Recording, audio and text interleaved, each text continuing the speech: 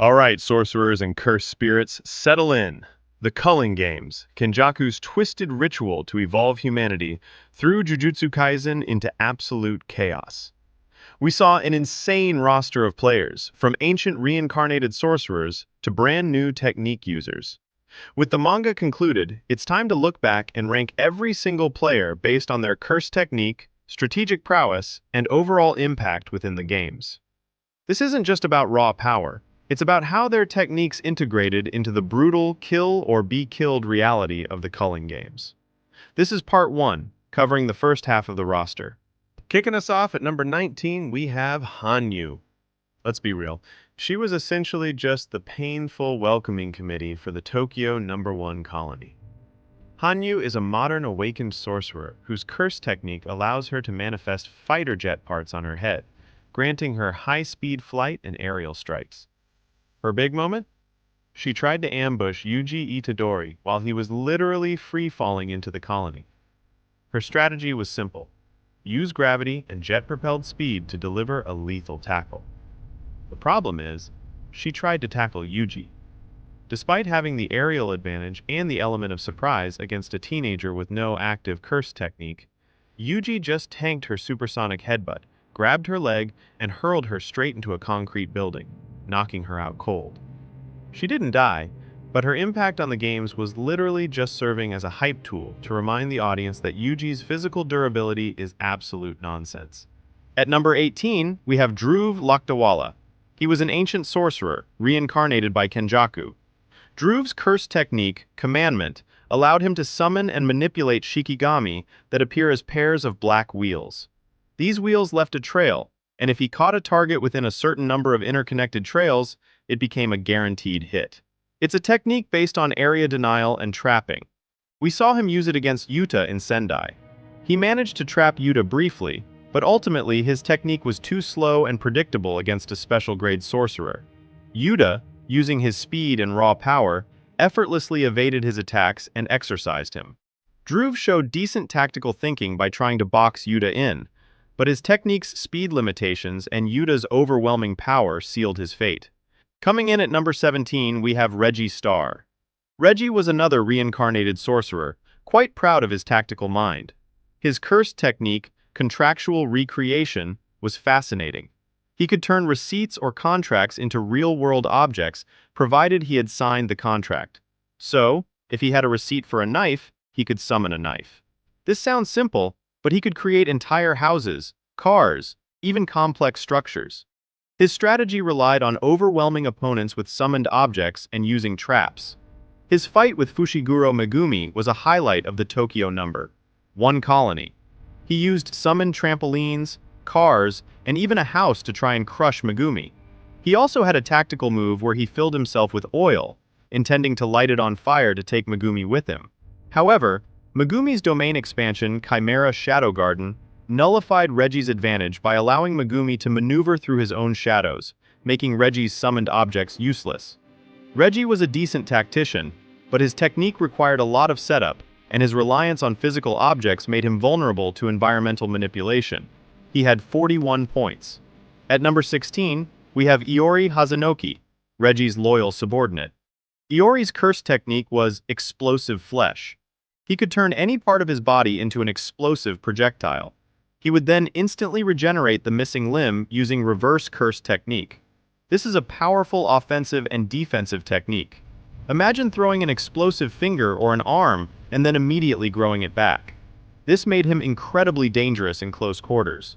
He used it effectively to keep Megumi on the defensive. However, the limitation is that reverse curse technique consumes a lot of cursed energy. While he had a strong offense, sustained use would drain him. He also primarily fought in support of Reggie, so his individual showing wasn't as strong as some others. He had 35 points, reflecting his role as a strong support. Next up at number 15, we have the comedian, Fumihiko Takaba. Takaba's curse technique, Comedian, is arguably one of the most conceptually broken techniques in the series. It manifests anything Takaba finds funny as reality.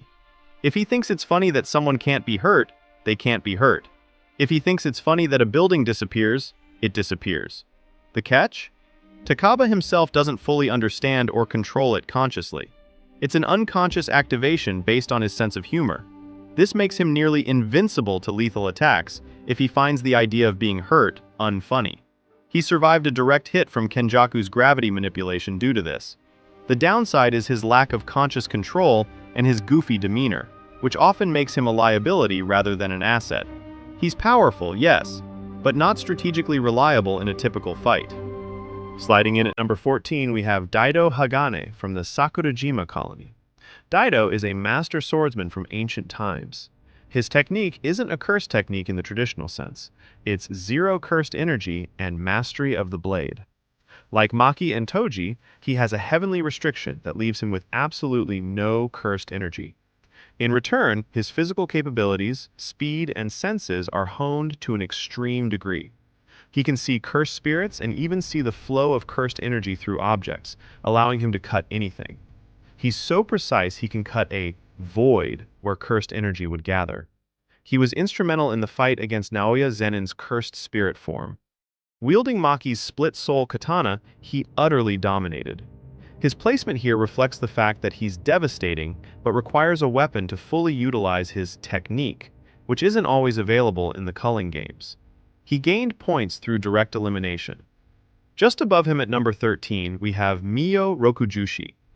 Mio is another ancient sorcerer, and his curse technique is Sumo Domain. He can create a simple domain, essentially a barrier, where the only rule is that participants must engage in a sumo match.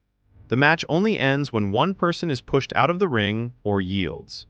Within this domain, all curse techniques are nullified, making it a pure test of physical strength and sumo skill. This is a brilliant technique for someone who wants to take an opponent out of their element and into his. He used it to help Maki regain her focus and confidence during her fight against Naoya. While it has niche utility, it's incredibly effective at what it does: reset the playing field. However, it's not an offensive technique, and if his opponent is physically superior in hand-to-hand, it becomes his downfall. He gained no points, as his goal was not killing. Finally, at number 12 for Part 1, we have Yorozu. Yorozu is another ancient sorcerer, reincarnated into Tsumiki Fushiguro's body.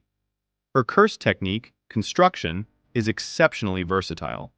She can manifest liquid metal with her cursed energy, and then construct literally anything from it. She can create perfect spheres, armor that's essentially indestructible to normal attacks, or even a complete replica of the cursed tool, Kamutoke, that Sukuna later wields. She can even use her liquid metal to construct a domain expansion, Threefold Affliction, which essentially traps her opponent in a perfect sphere that crushes them. Strategically, she was a menace. Megumi actually transferred 100 points to her, thinking he was saving his sister from the games. Instead, Yorozu used those 100 points to add a rule allowing colony travel, completely revealing her identity and betrayal before flying off to Sendai to fight Sukuna. Her raw power and engineering with cursed energy are absurd, but her infatuation with Sukuna clouded her judgment, leading her to throw her life away just to teach him about love. And that brings us to the end of Part 1 of our Culling Games ranking. From the forgotten fodder to the master constructors, we've seen some truly unique abilities. We're only halfway through this brutal roster. Who do you think will make it into the top tiers? Let me know in the comments. Make sure you're subscribed so you don't miss Part 2, where we dive into the truly terrifying players of Kenjaku's twisted game.